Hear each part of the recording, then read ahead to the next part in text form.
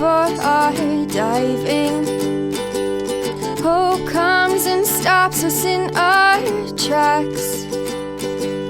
Bravely we prove in our striving, trudging together each day. Where there's a will, there's a way. Hello, everyone, and welcome to Raw Recovery, a Trudging Together podcast. My name is Dion Miller. I'll be your host today for Raw Recovery, and today I'm really excited about this. My guest today is Kellan, and he'd actually had somebody else that reached out for him, and we've been kind of going back and forth for a couple weeks trying to set something up. We got to talk at the end of the week, or we talked over the weekend. We had a great conversation, and we felt like we were ready to go. So, Kellan, thank you for taking your time today, coming on to be able to share your experience, strength, and your hope. Welcome. Thank you. And Dion, I want to just acknowledge you for the work you're doing. You know, the podcast is a labor of love, a lot of work, a lot of effort, and not really a business. And you're just making a lot of work, adding a lot of good to the world, and pouring your heart and soul in this. And so I just feel like I need to honor those and acknowledge the work that you're doing. So thank you. Thank you. I appreciate that. I really do. You're absolutely welcome. 100%. So, we're on this shit. So we're on. Do you want to go ahead and tell us a little bit about yourself, and let's get started with your story? The show's yours. Yeah, well, so the person you meet today on this podcast is completely different than the person you would have met 15 years ago. Okay. In August of 2007, I had a divine intervention, changed my life completely, radical upheaval and all that stuff. So the person before that, I'm 66 now, I was 52 then. So for all the years before I was 52, I was raised as a kid in a two-parent home, middle-class-ish, looked kind of normal from the outside. My mom was really fanatic about discipline and religion, and so she raised me and beat the crap out of me as a kid. The kind of discipline we got today would be felony child abuse, and you would be removed from the home. And I remember wishing at the time that I would die sometimes during the punishment, quote unquote, because I figured that was the only way she was going to get in trouble for her actions. And, you know, the idea of getting help or running away or anything, it just wasn't an option in those years. Wow. So I came out of that with the complete certainty that I was not good enough. I sucked. I was just not good enough as a person and never would be. And there were three parts to this. That was part one. Part two was I desperately needed to prove to my mother that I was okay. Somehow, you'd think leaving home, you'd get away from all that, but I felt she's right. I must be bad and I need to prove it. So I spent decades trying to get her approval. And the third weirdness was, and it's not okay to talk to anyone. You need to do this all yourself. It's all secret. So I remember getting dressed last in the locker room at high school because I didn't want anyone to see I was black and blue. Man. You know, that sort of stuff. And so I lived from the time I left home at 17 until I was 52. So for 35 years, I lived in silence, never talking to anyone about my depression or struggles. I lived in a roller coaster of creating big career success because I didn't know how to make money, and then sabotaging it, burning it down. So I would create big success and then trash it. I did that repeatedly. I was married and divorced 3 times. I would trash that repeatedly. And at the same time, because of the conflict in my own heart, I often turned to drugs and alcohol. So during that time, I was also in and out of rehab, sometimes secret rehabs, because, you know, when you have certain positions, people can't know and all that sort of stuff. So I lived in that world of big success. People on the outside would look and say, wow, he's got everything, making all that money, big deal. And behind the scenes, if they had seen it, they would have said, holy crap, look at that friggin' mess. I wouldn't even want that. No, thank you. Yeah. So that roller coaster of was my life. life. Got to the point where I had attempted suicide twice. Okay. I was single again for the third time, and I was a $3,000 a week cocaine addict, and making so much money that didn't matter. Okay. Yeah. So that's where I was in 2007, and that was the end of 35 years of this insane divorced, single again for the third time. 4 of my 10 children were living with me. 3 of them were grown up and married, and 3 of them were living, I hate to say this because it sounds awful, with one of my exes. Okay. So that's me in 2007, August. Okay. Did you have any brothers or sisters? I had a bunch. I had 6 total. Okay. The older 3, my sister was older, and she got the same kind of treatment that I did. Okay. It basically ruined her life. She's been single all of her life. She's had weight issues, self-esteem issues, and struggled mightily all of her life. My younger brother, who's just a few years younger than me, there were 2 groups of 3. Okay. So the older 3, my older sister, me, and then my brother, he also struggled with weight issues and other stuff all of his life. He's been very successful making money. He's an attorney, etc. But a lot of struggles there. But inside, Inside-ness. Now, my mom, she grew up somewhere in there because she got married young. And so the younger 3 of my sibs, when they read, I wrote one of the books I wrote. Since 2007, I've written 16 books, and life's completely changed, and we'll get into all that. But when I wrote one of the books called Tightrope of Depression, my journey from darkness, despair, and death to light, love, and life, one of my younger sisters in the younger group of 3 read it, and she didn't believe all the stuff that I wrote about because things were different. My mom grew up, and so the younger 3 had a different life experience, and she was like, well, can't you just get over it? Can't you just forgive this stuff? And come on, because she didn't have any of those experiences of the brutality and the madness of that I did and my older sister did growing up. And so so I have 5 sibs, and there are 2 groups of 3, and there's marked differences between the 2 groups of 3. Well, that gives you a really good idea of nature versus nurture there, where the younger 3 had a different life experience, and they grew up different people. They had the acceptance from there. I'm the same way. I'm always looking for approval from my mother. I never really had a father. So I'm always looking for that approval. And really, my mom's in the program, so I don't have the same thing, but I know that feeling of not being able to live up to the standards that were given to me. I could never make it, and so I was always failing. And then I got used to that. Well, so what happened in 2007, I mean, if that's the dramatic disease and disaster that I am in 2007, then something had to happen, and it did. In August of 2007, I came home from work on a Friday night. Okay. I was getting ready to go out and party for the weekend.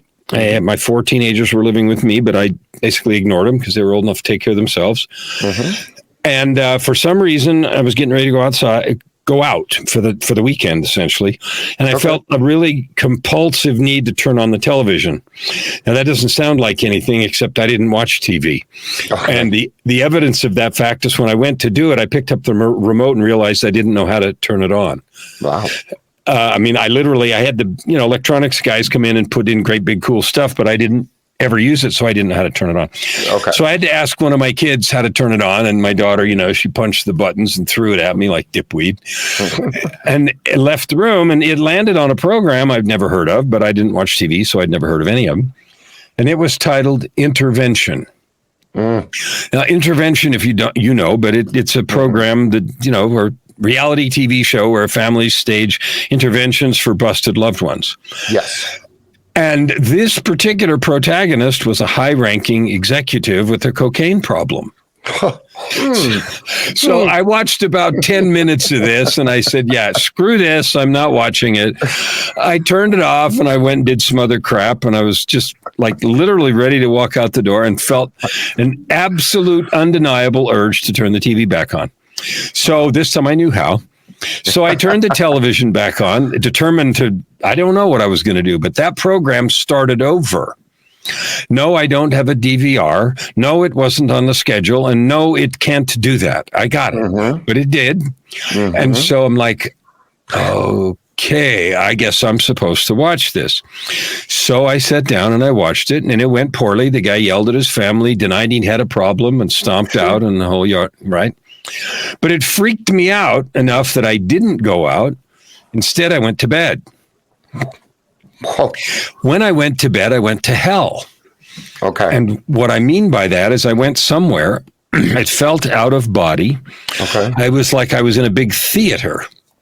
Okay. And on the stage before me was the whole of my life, not flashing, but very slowly playing out with a focus on suffering, starting with the suffering that I had experienced as a kid, all the way up through what I had inflicted on everybody else with my failures as a partner and lies and addictive behavior and sabotaging everything, all of that. And I have never experienced such pain as just watching that thing play. Anyway, after a long period of time, a voice said, not loud, but just said, "It is enough." I woke up, and it was weird because the sun was shining in the window and the windows faced west. So I got up and realized it was 5 o'clock Saturday afternoon. So I'd been somewhere nearly 18 hours. Yep. I got up and realized, okay, I've been invited to change. Yeah.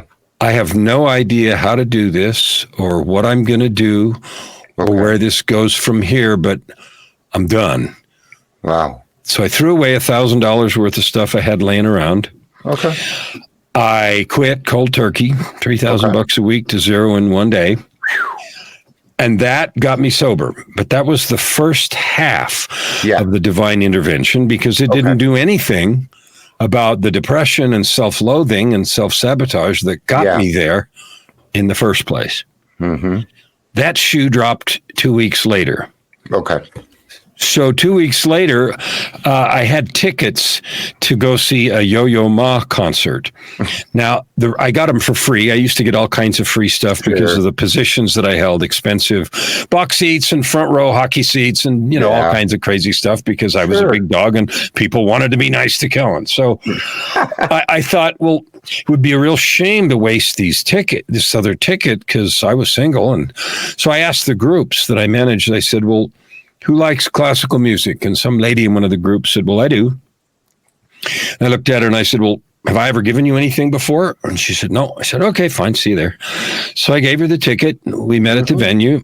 The concert was spectacular. If you know who Yo-Yo Ma is, then you know that. And if you don't, that's fine. But in classical circles, I was like, oh! Yeah, that's elite. All there is. Yeah. So anyway, halfway through the show, and I got to remember, I'm 2 weeks now, stone cold sober. Yeah. So I had this feeling come over me that I recognized from a couple of weeks before. And this voice said in my mind, you need to marry this woman. And I said, you're insane. I've screwed that up 3 times officially with some other disasters in between. That's just not happening. Yeah. And so later that night, we were backstage because, of course, they were backstage passes. Yeah. And the voice came back and said, and you need to tell her tonight. And so I went crazy thinking, she can have me arrested for, harassment or something. I knew her, but I didn't know her very well. Okay. She worked for me in one of my groups, and so whatever, but you don't win those arguments. So I did. Exactly. And it went about like you would have expected. Are you out of your mind? What are you thinking? Like, what are you talking about? And, but she didn't call the cops. She didn't have me arrested. Yeah, that was good. That was the good news. And within 2 additional weeks, she had her own set of experiences. Okay. So 2 weeks after the concert, I resigned from millions of dollars of contracts. She walked away from a very nice career that she had, and we walked off into the sunset together. And 3 months ago, we celebrated our 14th wedding anniversary. Wow. Congratulations. Here's the thing. It is. And it's an incredible love story and all that. But here's the important part.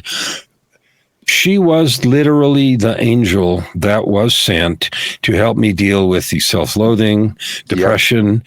She taught me how to be a person. Mm-hmm. She taught me what it meant to have a friend, to be a friend. She taught me how to tell the truth, which I'd never done my whole life to anyone. Mm-hmm. Like the whole process. And she was literally, she found me shrinks to talk to. She was invincible. Mm-hmm. Like, I'm doing this. And I've asked her a whole bunch of times since then, like, what on earth possessed you to dump your career and walk off into the sunset with a drug addict? Mm-hmm. I mean, everybody knew. They didn't know, but they knew. Yeah. And she said, well, I just knew to the core of my soul it was the right thing to do. Yeah. And so that was a dramatic change. I walked away from the industry. I walked away from everything that I'd known. So did she. And we sort of said, okay, what do we do now? Mm-hmm. And that was the beginning of the change. Now, it wasn't that easy, or it wasn't quick. I had to spend 3 or 4 of these 14 years figuring out, talking to shrinks and do some things and deal with depression and, work on learning to be unlearning the stuff that I've been doing for 52 years up until that point. So I don't want to wave any of that off, but that was the dramatic change, which is, okay, we're walking off this cliff and going over this way. And since then, I've written 16 books. I'm starting number 17 next week. Wow. I have a podcast like you do. I developed a coaching practice around the world, and my commitment for this year, 2022, is to help 10 million people discover, develop, and serve with their divine gifts. Yes. So there's the story. Wow. That is fantastic. I love the epiphany. I love how you automatically could hear God in the dream. I believe in those dreams, man. I believe in that. And when you were talking about that, I could feel myself being in that theater, just in the darkness, watching your life slowly go by. That's a different kind of hell, man. I've never experienced anything so painful in my life. It was beyond my ability to describe. And when he said, it is enough, it meant it in all kinds of ways. It is enough that has happened. It is enough that you have suffered here now. It is enough in all those different ways. And I came to, and I was breathless. I was completely soaking wet, like the bed sheets. There wasn't enough water in a body. I don't know where the water all came from, but it was the most astounding experience. And I got up and thought, holy shit. Yeah. I've been invited to change, and I had no idea what to do, but I knew it was something. We're not doing this anymore. We're done. Like, this is over. Yeah. So you got on that road. So how did you deal with your depression and the trauma that you went through? What did you do to work through those things? Well, the first thing is a declaration. I'm not doing this anymore. Sometimes people that I coach, they'll say, but I'm not exactly clear. Well, you know what? We never are. I have a little poem about that, and it says, clarity is overrated. It is not found. It is created. Okay. You just have to start acting. And so we got together, and I said, well, I need to do something different. I probably need to talk to somebody. And, Joy looked and found me a counselor she thought would be good. And she found me one guy, who was my favorite guy. I went through 5 or 6. The first ones, I couldn't even tell the truth.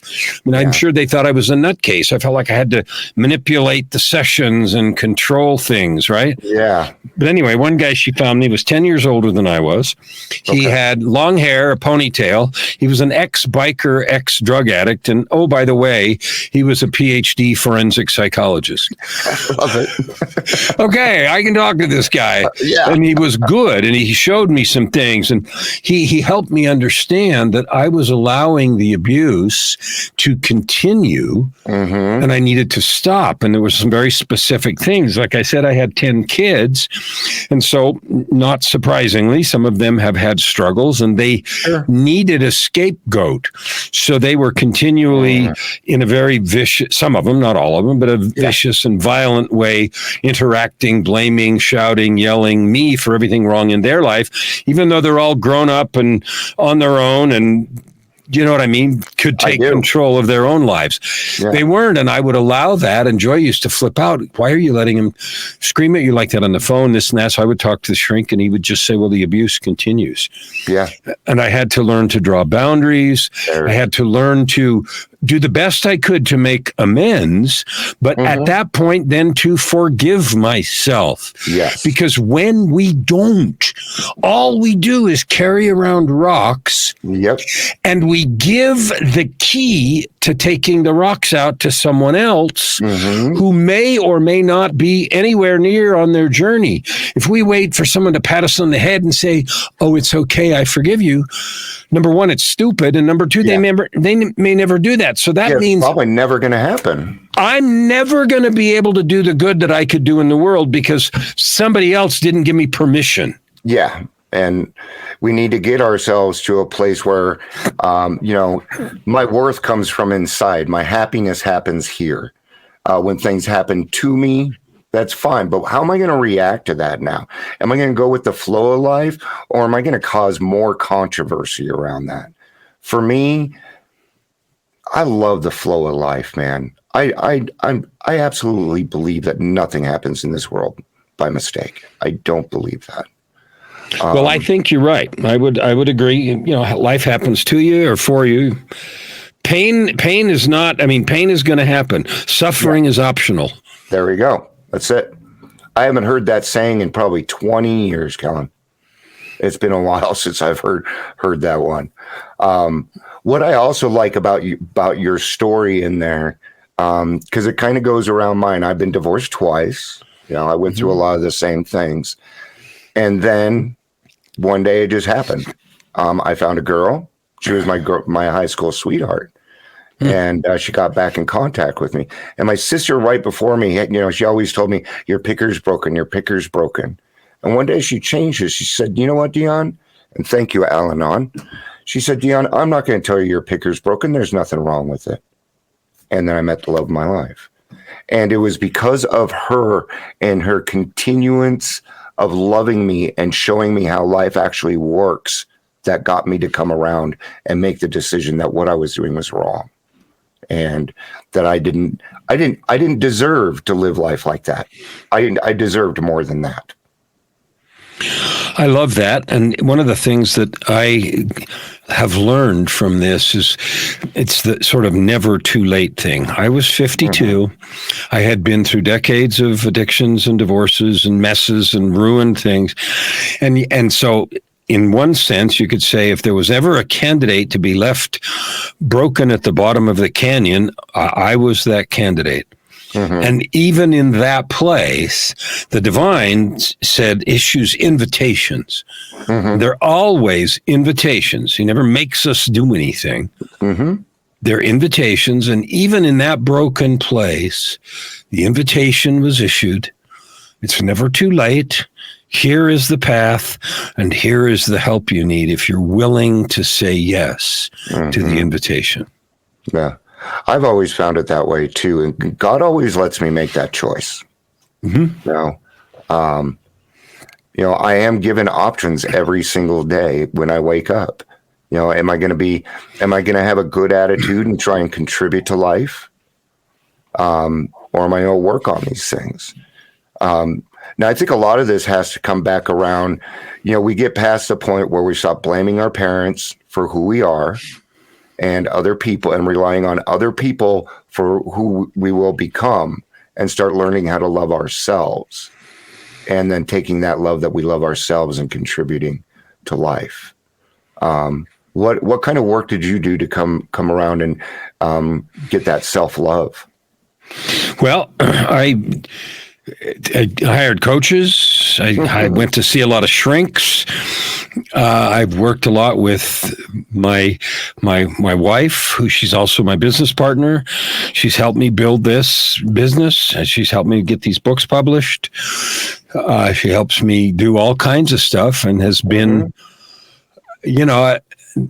I'll give you an example. One of the ways that depression manifested for me was what we called the sandpaper feeling.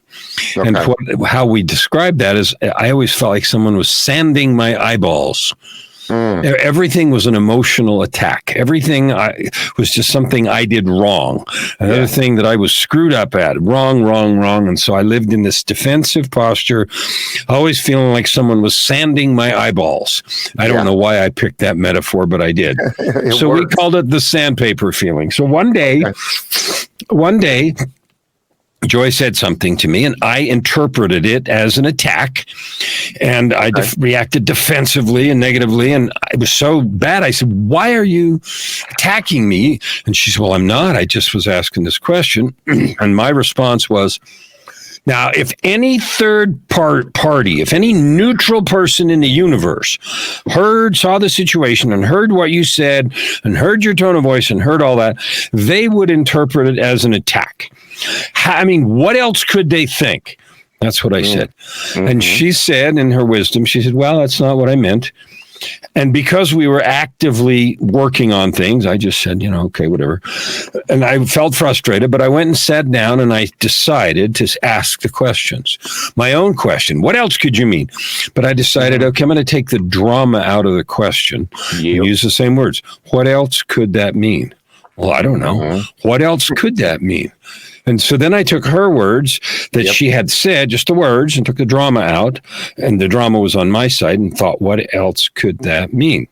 So what happened when I did that is a picture came in my mind. And I used to have season passes every season to Sunshine Ski Resort, which is in Banff, Alberta. And if you've never been to Banff, it's probably as pretty as any picturesque thing you've ever seen in Switzerland or anywhere. It's just unbelievable. So anyway, there's several ski resorts up there, but one's called Sunshine. And in the Sunshine Resort, there's a lift that goes up to one mountain, and it overlooks a valley that is on the right-hand side of the lift. There's another ski lift that goes up to a different mountaintop that overlooks the same large valley, but the ski lift is on the right, so you're overlooking it from the left. Okay. And if you go up the one ski lift, you're looking out the right side, and the valley looks one way. And if you're going up the other lift and you look out the left side, same valley looks a different way. And when I asked that question, what else could it mean? This picture of these two lifts and this valley came to my mind, and I thought this word, you know what? There is another mountaintop. There is another. Holy crap. There is another. I mean, there's two, same valley. There is another mountaintop. And all of a sudden, the reality of that truth just sort of permeated everything in the whole framework. It felt like 30 years of all this stuff just sort of crumbled. With the phrase, there is another mountaintop. And I realized when we say the words, you don't see the world the way it is, you see the world the way you are. We say that, and we often say it as an indictment of someone's opinion. And the truth is, of course, we see the world the way we are. We only have one set of lenses. We have our set of experiences. The liberation came when I realized, but there are other lenses. Oh, crap. There is another mountaintop. And it was a physical, visceral sensation of all this barriers and all this stuff crumbled. And I thought, I wonder where else I've been insisting on a single mountaintop. Like, where else is there another mountaintop?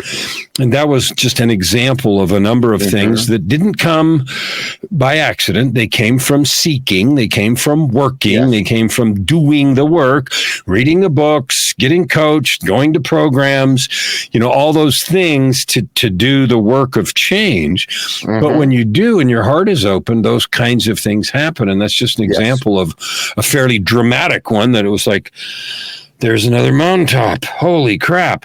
After living my whole life thinking, there's only one point of view. Yeah. And I think our intentions start to change as we've been in, and the longer that we seek and look. But yes, it does require the work. I could talk about Three Frogs on a Log and things like that, but I want to talk a little bit about your business and some of the books that you put out. What's the newest one coming out? You're putting one out next month? Yeah, I finished my number 16 in December, and it's titled Forgiveness, A Journey of Courage to a Place of Freedom and Power. And that one is with the publisher. It'll be out in a couple of weeks, 3 weeks, I think. And then next week, I'm starting on another one. But the one that I'm really excited about right now, and I'm talking a lot about on things, is this book, Forgiveness, because it's played such a pivotal role for me in forgiving anyone that's hurt me. But for me, at least, the more important thing was getting rid of the guilt and shame that I had carried around my own behavior, not to excuse. People confuse forgiveness with absolution or with pretending things didn't happen, and it's none of that. Yep. You know, maybe you end up, or I end up, you know, with some punishment or some legal penalties or something for things. Those are separate. Forgiveness is an energetic purification.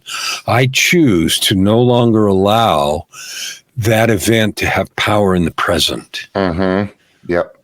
In my heart. I learned through EMDR. That's absolutely it. I learned that through. I noticed on, because I love this word and I use it myself, but I noticed on your Facebook, it says that you are a catalyst. And I love that word because I'm the same way. If you're going to hang out with me, you're going to grow. I mean, that's what I do here. You'd probably be pretty uncomfortable. But what are you meaning behind that as a catalyst? What do you think it means? Well, I use it in the phrase, I'm the ultimate catalyst for personal transformation. And I had a long history with chemistry. I used to make things when I was in high school that today would have put me on the terrorist watch list, different kinds of explosives. And I won't name any of them here, lest anyone get too excited about it, but lots of them. And a catalyst is a chemical that you put in a reaction, and it doesn't participate in the reaction, meaning it comes out unchanged, but without the catalyst, the reaction wouldn't happen. Yeah. Or if it did happen, it would be really slow. Okay. So the view of you as a catalyst or me as a catalyst is an element that comes into an equation that causes something to happen that otherwise wouldn't happen or might happen really, really slow.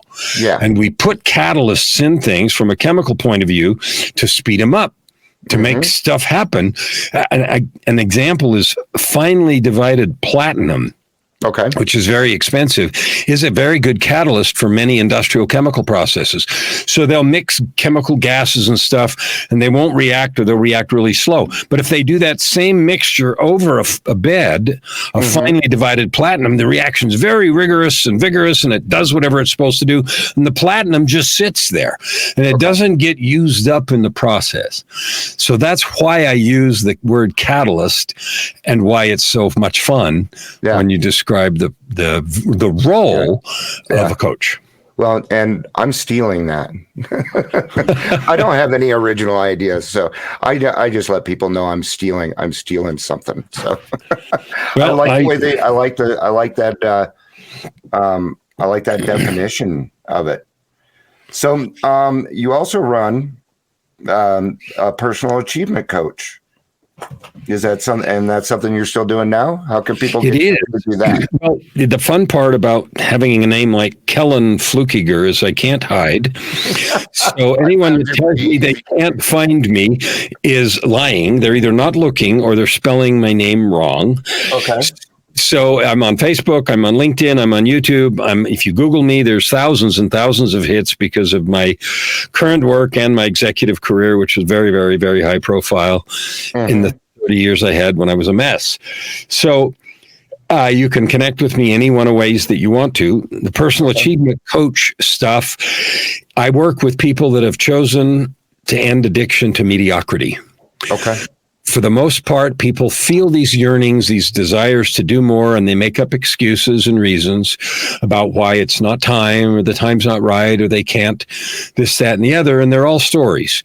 Yeah. And so when people have said they're done, with addiction to mediocrity, with sameness, then I'm the coach that helps them get to that goal. Sometimes people come with money goals. They want to start a business or double their income. Sometimes they come with personal achievement goals, with health or relationships or whatever. But the interesting and fun thing is it really doesn't matter. Okay. Because after half a dozen sessions, we're working on one thing only, and that is, who are you choosing to be in the world? Because if you choose to show up the way you need to show up, you can have anything you want. Yeah. Well, and having a guide to get there, I had a guide. You had a guide. I mean, I don't know of anybody that didn't have a guide. Thank you for the old timers. Thank you so much. Thank you, God. But being able to pass that, I mean, I go through it. I do it too. I'm sitting here listening to you. I'm like, yeah, those are a bunch of stories I'm just telling, aren't I? Because I work through things too. So, I mean, and that's what we do here is we learn more. And I don't think I will ever be satisfied. I'm hungry. I am hungry. When you say I want to hit 10 million people, I'm like, I want to move to Alberta and help you do this. Well, so here's some things you can do. I have a podcast like you do. Okay. Mine started kind of funny at the beginning of the pandemic in March of 2020, so 2 years ago. Somebody called my wife, my business partner, and asked if I had a podcast, and we didn't. But that person knew that I speak at conferences and all that stuff. And the lockdowns were first starting, right? And the cases in Europe and especially Italy were exploding, and maybe we all thought for 5 minutes, this is the end of the world, Armageddon or whatever, right? And we didn't have one, but she said yes. And so she came downstairs and said, we have a podcast. So in April of 2020, I started a daily short 15-minute podcast called Your Ultimate Life. Okay. And it is 15 minutes daily, and it is how to create a life of purpose, prosperity, and joy by serving with your divine gifts. Okay. And that's in all the regular places. So that's a way that I plan to reach people. I have a YouTube channel called Ultimate Life Formula, which is also about those very same things, how to serve with your divine gifts, how to boldly capture and use your voice, your unique experiences to add good to the world. And then I also run some small group coaching programs that are usually 90 days at a shot. Okay. Sometimes we'll come with a goal. I want to do this, in 90 days. And then I put them in small groups, 6 at a time. I like to keep them small so I can have a lot of personal interaction. Yeah. And then I have private coaching, which is a minimum of a year. And then we meet every week or every other week, depending on how good they are at implementation. Okay. And that's the kind of coaching that I offer. And it is, again, every person writes their own curriculum. It's like, you tell me who you want to be and what you want to have. Why aren't you there now? What have you tried? What has worked and what hasn't worked? All right, let's get to work and figure out who you need to be so that happens. Yeah. I talk with a lot of people, and they come to me with their passions. And a lot of times what they have in their mind isn't what ends up happening. So they come in because of a passion, but then they find something that they really like, and it does take a little time to find your spot on that road. And then the important thing is staying in your own lane once you find it. And sometimes you got to put those blinders on and keep the outside world at bay. I know, because sometimes I'll get caught up in that clutter and it'll affect things. I have to remember what it is that I'm doing and why I'm doing what I'm doing. I have to remember that. Well, everything always takes longer than you want. And when that happens, you end up thinking, am I doing something wrong? And maybe there's some bright, shiny object, some BSO that'll help with faster. And so that dedication and focus and clarity about staying in your lane, as you said, and recommitting to whatever you choose. I mean, you get to pick. So pick it, lean into it, and get it on. Yeah. And that's what's beautiful about recovery is whatever your passion is, you can match up with other people. I notice you're also a musician. What do you play? Well, I'm a keyboard player. I have a recording studio, and it's over there. And 2 of the books that I wrote a book, Tightrope of Depression, about my journey, and I decided I wanted to be unique. Okay. And so I wrote an album of music of 11 songs that tell the stories from that book. That's pretty cool. And then I wrote volume 2, which is called Down from the Gallows. And I did an album of music with that one too. And I promise the third one is the end of the trilogy, and it will be out in January or February of next year. Okay. And that album is half done. Wow. So there will be 3 books with 3 albums telling the story of me as sort of an autobiographical thing from all of the darkness through Down from the Gallows. The subtitle is The Truth, the Myth, and Battles of a Creative with Depression. Okay. And then volume 3, I'm not telling anyone the title of it, even though I know, and it's partly done and all that stuff. That's between you and Joy. So yeah, it is. It is. This has been fun, Kellan. I've had a blast talking with you today, and I had a lot of fun talking with you when we were on the phone. It just conversation seems to come real easily to you. I mean, you guys can't see what I see, but I mean the brightness in his eyes. You could just tell God is sitting. He can see God everywhere he goes. I can tell that just by the way that you look and handle yourself, and it's beautiful, man. You're doing a beautiful job. Well, I want to acknowledge what you're saying. You have no idea how true that is. What we didn't talk about was that in 2018, 10 and a half years after that event that I described in Changing Directions, I died. I contracted a fatal illness and died in the intensive care unit here at the University of Alberta Medical Center, and had a near-death experience and had 3 conversations with God at the door between life and eternity. And that, of course, spawned a couple of more books, one called, not surprisingly, Meeting God at the Door. Yeah. Conversations and choices and commitments of a near-death experience.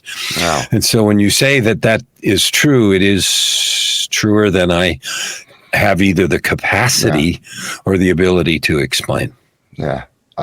And you don't seem like you're a man of few words. So,